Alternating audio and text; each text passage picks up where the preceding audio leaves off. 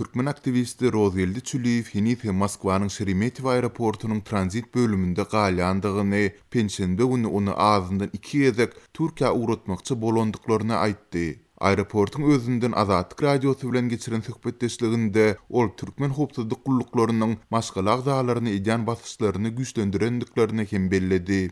Men şu an Moskvanyň Şeremetyew aeroportunyň D blogyna oturýarym şu an. Şu samolyotda minirlen ýerde oturýarym. Men şu an akçep bolup bara 2 gezek gelip gitdiler. Yarım sagatyň içinde uje. Aeroflot kompaniýa geldi. Eger şu an gitmeseňiz dedi.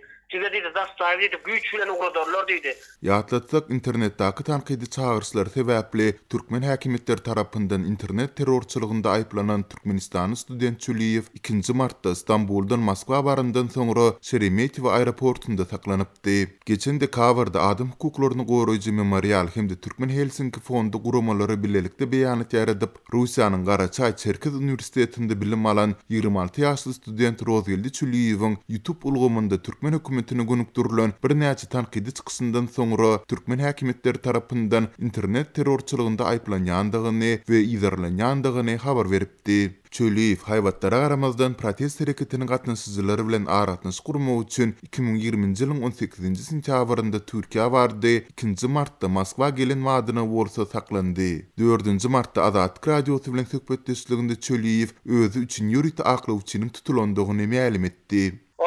Şu işe oturuyor şu dokumentlerin üstüne. Nefip orada inşallah. Bana şu an karış deydiler. Şu an hiç gerek münüme deydiler.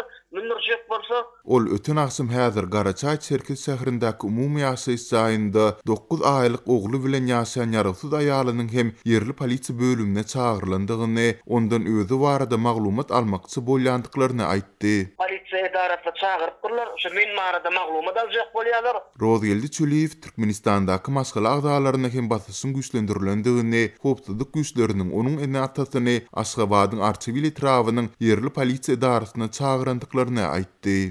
Ejem kakan çağırypdyrlar. Şu участковая gapdaly neksanak grajdan eşikli ele bloknotdy. Olar özüni tanıtmanlar, hiç gerek ad familiýa aýtmanlar. Olar oğlum şu an nefip bolýan içinde Türkmenistana getirir diýipdir. Ondan soň diýipdir oğluňyzy görmersiniz diýipdir. Şoň üçin eger diýipdir oğluňy görmek isleýän bolsaňyz diýipdir. Şu an oğluňyz hiç video çykmasyn. Tihamiýany o samolyotda minsin gaýtsyn diýipdir. Howpsuzlyk işgärleri studentin enatasyna ony Türkmenistana getirmeň öz ýollarynyň bardygyny aýdyp hem haýwadatypdyrlar. Mundan başga çarşembe güni Çüliyewiň dogunyny ýysynden çykmaga mejbur edipdirler. Dün saat 2-de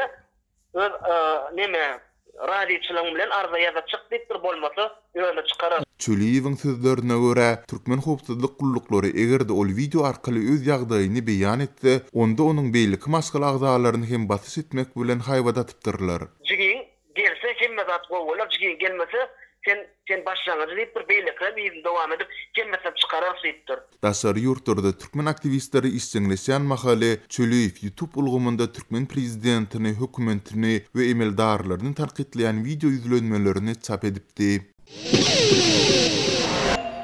Şu günler paýtagat Aşgabatda hem daxil vilayatyna häkimetler başga vilayatlardan baran içerik migrantlary ýörüýte awtobuslarda öz ýaşaýan sebitlerini uradýar. Bu barada Azatlyk radiosynyň habarçysy 3 martda habar berdi. Azatlyk radiosynyň habarçysy vilayatlardan baran ýaşaýjylaryň howpsuzlyk aladylary sebäpli Aşgabatdan we ahyldan çykarylýanlyklaryny habar berdi. Türkmenistanyň sebitleriň arasynda global pandemiýa sebäpli transport gatnawlaryna girdilen çäklendirmeler saklanyp galýar. Türkmen Awtologlar Agentliginiň hem de Türkmen Demir ýolları Agentliginiň soňky beýanatlaryna görä, vilayatlaryň arasyndaky awtobus we demir ýol gatnawlarynyň totudylmagy 1 aprele çen udulduldy. Diň Aşgabatda şu awtobus gatnawlary hem de Aşgabat Türkmenawat otly gatnawlary synaw maksady bilen dikeldildi. Azatlygyň habarçysy paýtagatdan hem de ýurdun günorta vilayatyndan çykarylýan içerik migrantlaryň ýörüýte awtobuslarda öz ýaşaýan sebitlerini urudylýanyny aýdýar. Farapleýençe adamlar ýörüýte awtobuslarda öz ýaşaýan sebitlerini uruduldy diýip bir ýerli ýaşaýjy Azatlyk radiosynyň habarçysyna maglumat berdi. Azatlyk radiosy paýtagat häkimetleriniň içerik migrantlary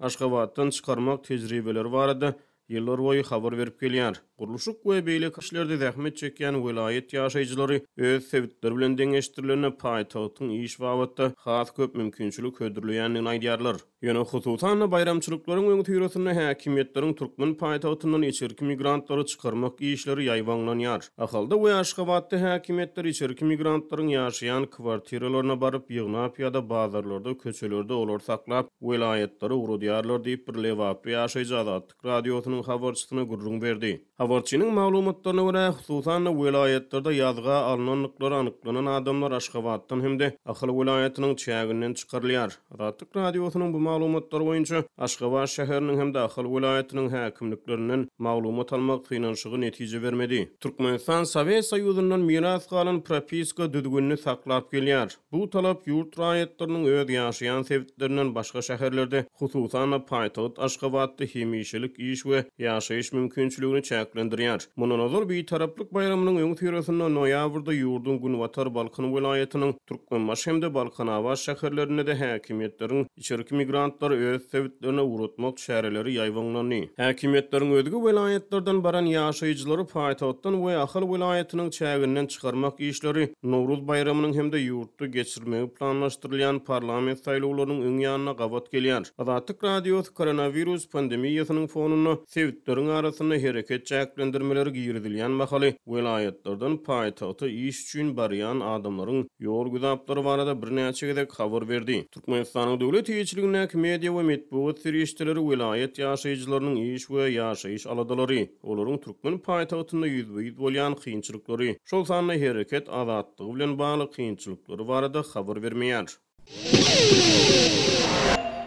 Türkmenistanda howanyň birde maýlap birde towumagy ekrançylygy yaramaz täsir ýetirdi, daýhanlar hem uly ziýana goýdy. Azatlyň ýurdun durul künjeklerindäki, hususan Lewap we Mar vilayetlerinde habarçylary fevralyň başlarında howanyň ýygylygynyň ilki +18 gradusy çelini maýlap, soňra da birden sowuk howanyň aralaşyp howanyň temperaturasynyň -10 gradusdan hempesi gaçmagy netijesinde eken hasyly itrip bolan daýhanlaryň ençemesi bilen söhbetdeş boldular. Marynyň garagum etrawynyň owa ýaşaýjylarynyň köpüsiniň eken yer almalaryny, ýagny kartoşkalaryny sowgurdy. Biz tohumly kartoşkanyň 1 kilogramyny 13 manat 60 tengeden satyn alypdyk.